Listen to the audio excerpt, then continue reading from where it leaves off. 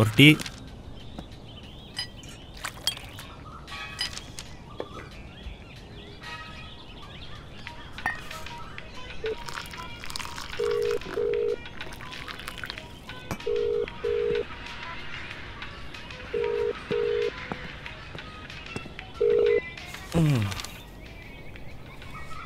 அந்த ஆண்டி அப்போயே உஷார் பண்ணிட்டேன் மச்சான். இப்போ அவள் கொடுத்த காசில் டீ குடிச்சிட்டு இருக்கேன். எப்படி உஷார் பண்ணியாவா மச்சான்? அது ரொம்ப ஈஸிடா. உனக்கு பிடிச்ச ஆண்டிகிட்ட போய் பேசு. நீ சொல்கிறதுக்கெல்லாம் அது சிரிச்சிச்சின்னு வச்சுக்கோ, அது உனக்கு தான். ஆனால் ஒரு முக்கியமான கண்டிஷன். அது எப்போவாது நீ மேட்ரு பண்ணியிருக்கியான்னு கேட்டுச்சின்னு வச்சுக்கியன், இல்லைன்னு சொல்லிடு. அதுக்கப்புறம் அதுவே எல்லாத்தையும் பார்த்துக்கணும். ஏன் தேவைப்பட்டா காசை கூட வாங்கிக்கலாம். அவன் புருஷன் ஒழுங்கா செஞ்சா நம்மகிட்ட ஏன்டா வரப்போறா மச்சான்? இப்போ அவள் தான் கூப்பிடுறா, பேசிட்டு கூப்பிடுறேன். ஹலோ, டீ கடையில் தான் இருக்கேன். உன் புருஷன் போயிட்டானா? வந்துடுறேன்.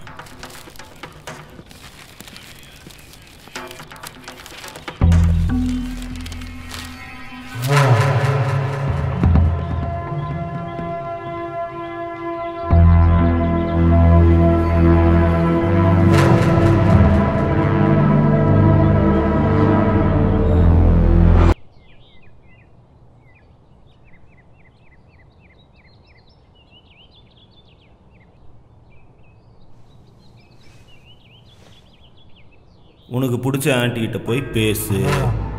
நீ சொல்கிறதுக்கெல்லாம் அது சிரிச்சிச்சின்னு வச்சுக்கோ, அது உனக்கு தான். சொல்லுடா.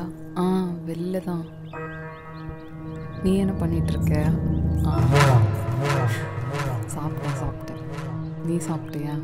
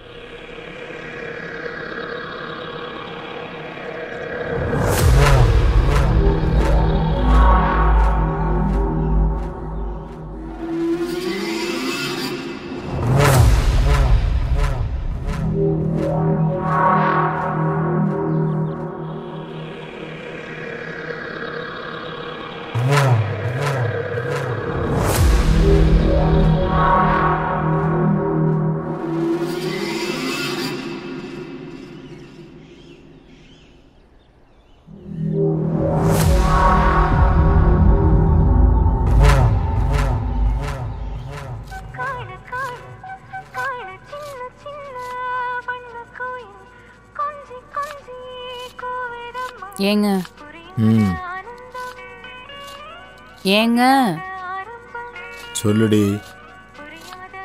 நான் வைக்கிற ரசம் விஷம் மாதிரி இருக்கனால தான் கூட்டிகிட்டு வந்திருக்கீங்க, அப்படி தானே? நீ எவ்வளோ நாளைக்கு தான் ஒத்தையிலே வேலை செய்வ?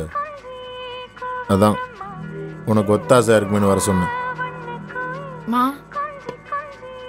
கொஞ்சம் எண்ணெய் அதிகமாக ஊற்றி வணக்கு. சரிங்கம்மா. சந்தேகத்தின் முதல் படி கண்காணிப்பது. யார் வரா போறான்னு சொல்கிறதுக்கு ஒரு சாவி போட்ட பொம்மை. அது பேர் கஸ்தூரி.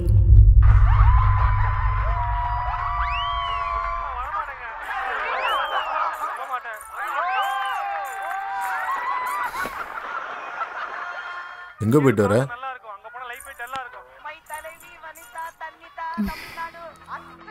கடைக்கு. இதுதான் கஸ்தூரி வேலைக்கு வச்சுது. அவ போறேன்னு தான் சொன்னான். நான் சும்மா தானே இருக்கேன், அதான் போயிட்டு வரேன்னு சொன்னேன்.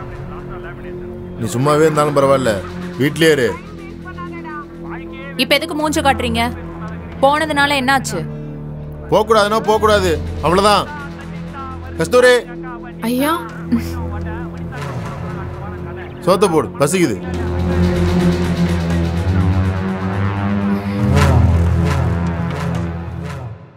சந்தேகத்தின் இரண்டாவது படி ஆளும் முறை. சொல்லு. நாளைக்கு தான் வரணும். ம்.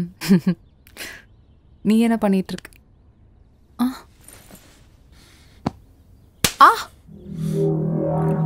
நீ போன் ஒன்று பேசினா அது என்கிட்ட மட்டும்தான் பேசணும்.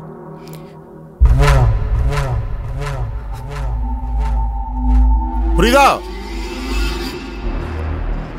ஒரு தடவை நீ சிரிச்சு போன்ல பேசுறத பார்த்தேன், இங்கே கட்டு தொங்க விட்டுருவேன். சந்தேகத்தின் 3வது படி அடக்குமுறை.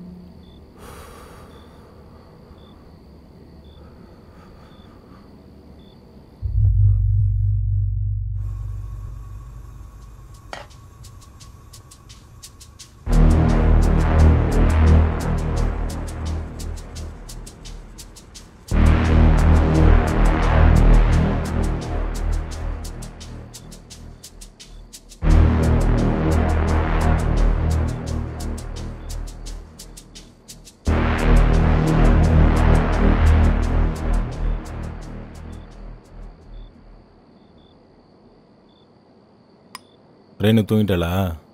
தூங்கிட்டானா?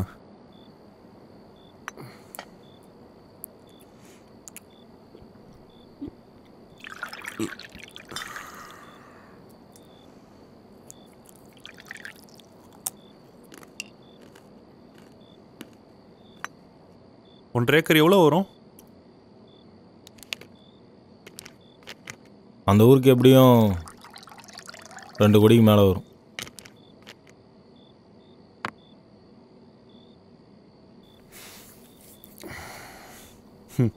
என்னதான் இருந்தாலும் நம்ம அப்பாவுக்கு இவ்வளோ ரோஷம் இருந்திருக்கக்கூடாது. தாத்தா சொத்துல ₹1 கூட செலவு பண்ணாமல் இருந்திருக்காரு. அது ரோசம் இல்லை, திமிரு.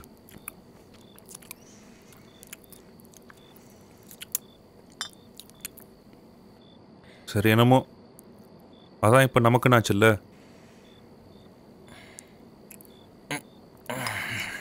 அதான் நம்ம அப்பா பவராவாட்டானி இந்த மாமா பேர் அத்தை பேர் கொட்டை இடத்துல போட்டிருக்கானே. இப்போது மாமாவும் இல்லை, அத்தையும் கொஞ்சம் காலத்தில் போயிடும். அப்புறம் என்ன?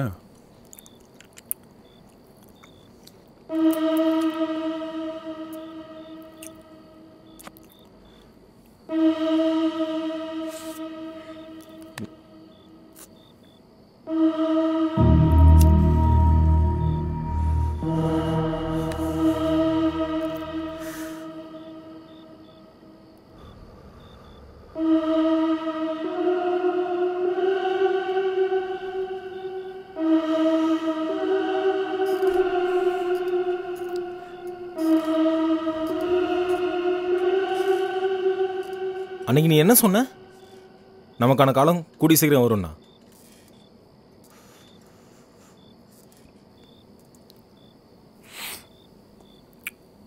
நமக்கான காலம்லாம் வராது, அதை நாம தான் உருவாக்கணும். சரி, அதுக்கு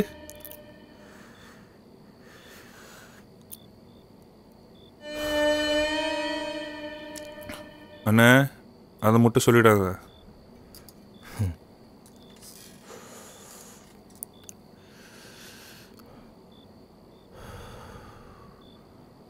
அதுதான். அதுக்குன்னு அத்தையை கொள்ளலான்னு சொல்வியா?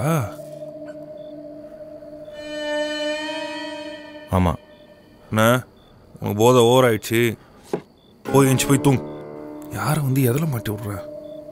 போதை இல்லைடா, தேவை அதிகமாயிடுச்சு. இங்கே எல்லாருக்கும் ஒரு தேவை இருக்கு, அதுக்குன்னு எல்லாம் கொலையா பண்ணிக்கிட்டு இருக்காங்க. உனக்கு தேவைப்படுற ஒரு விஷயம் உன் கை கட்ட தூரத்தில் இருந்தா அதுக்காக நீ ஒரு கொலை பண்ணணும்னா அதை செய்ய இங்கே நிறைய பேர் காத்துட்ருக்காங்க.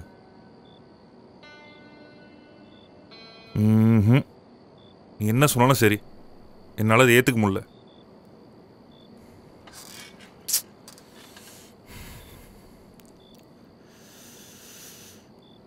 நீ எப்பயாவது கடங்காரனுக்கு பயந்து பாத்ரூமில் ஓடி ஒளிஞ்சிருக்கியா? இவன் ஃபோன் பண்ணுறானா அவன் ஃபோன் பண்ணுறானு 10 மணி மேலே உன் ஃபோனை சுவிச் ஆஃப் பண்ணி வச்சிருக்கியா? இதெல்லாம் விடு. உன் கடனை அடைக்கிறதுக்காக அடுத்த விந்த தொடச்சிருக்கியா?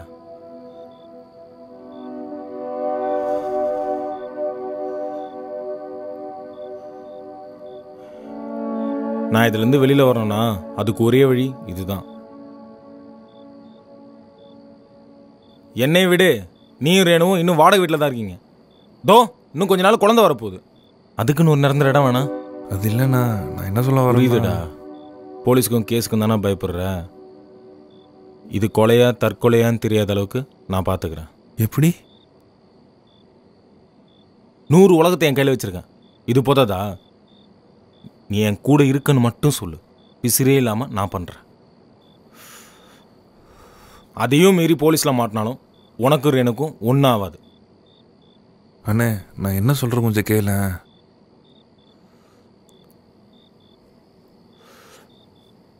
ஒரு கோடு, அதை தான்னா வாழ்க்கையே மாறிடும். அதுக்கப்புறம் நீயே யோசிச்சுக்கோ. சரி, இப்போ என்ன பண்ணலாம்?